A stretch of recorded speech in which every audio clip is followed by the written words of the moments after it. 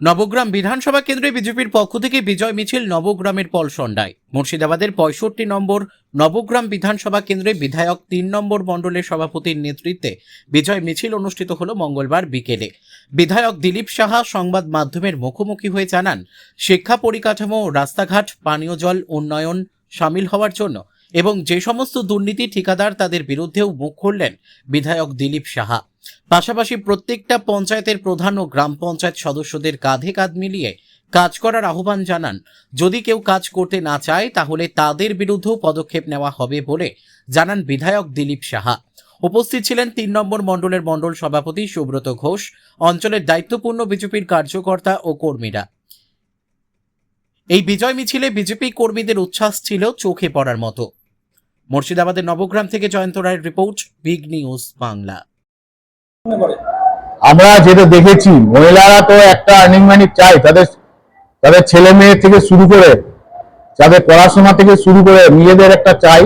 সেটা আমাদের স্বরাষ্ট্রমন্ত্রী থেকে প্রধানমন্ত্রী আপনারা শুনেছেন, তারা প্রতিশ্রুতি দিয়েছে। আমরা মে মাস থেকেই আমরা যে মহিলাদের অ্যাকাউন্টে ৩,০০০ টাকা করে সমস্ত মহিলাদের এবং বয়স্ক মহিলা থেকে শুরু করে সমস্ত যেটা হবে সেটা সরকারের প্রতিশ্রুতির মতো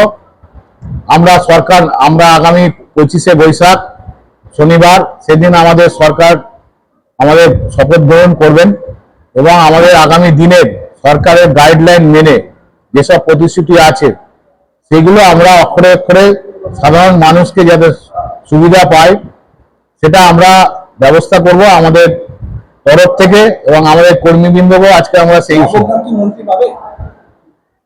মন্ত্রী পাবে না পাবে সেটা পার্টি ডিসাইড করবে। সেটা আমরা এই মুহূর্তে কোনো কিছুই আমরা বলতে পারবো না, কারণ পার্টি যারা সিনিয়র লিডার আছেন তারা দেখবেন যে কোথায় কিভাবে মন্ত্রিত্ব দিলে কাজটা হবে।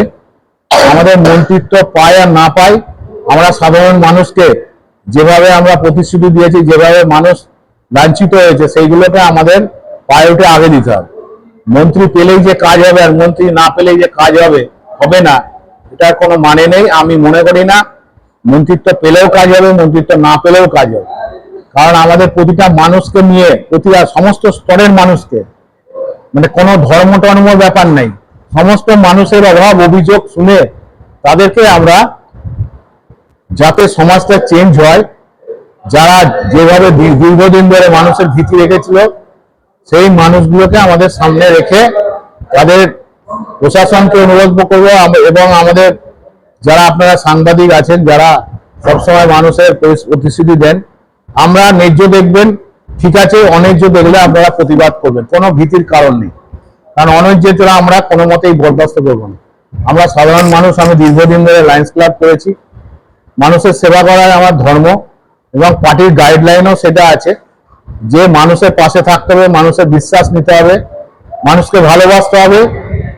এবং আমাদের কর্মী যারা দীর্ঘদিন ধরে পরিশ্রম করে আজকে আমাদের নবগ্রাম বিধানসভা তথা পশ্চিমবঙ্গকে যেভাবে এগিয়ে নিয়ে এসছে, আজকে তাদেরকে সম্মান দিয়ে তাদের প্রায়োরিটি দিয়ে আমাদের আগামী দিনের কর্মসূচিগুলো একটা একটা করে আমরা বাস্তবায়িত করব।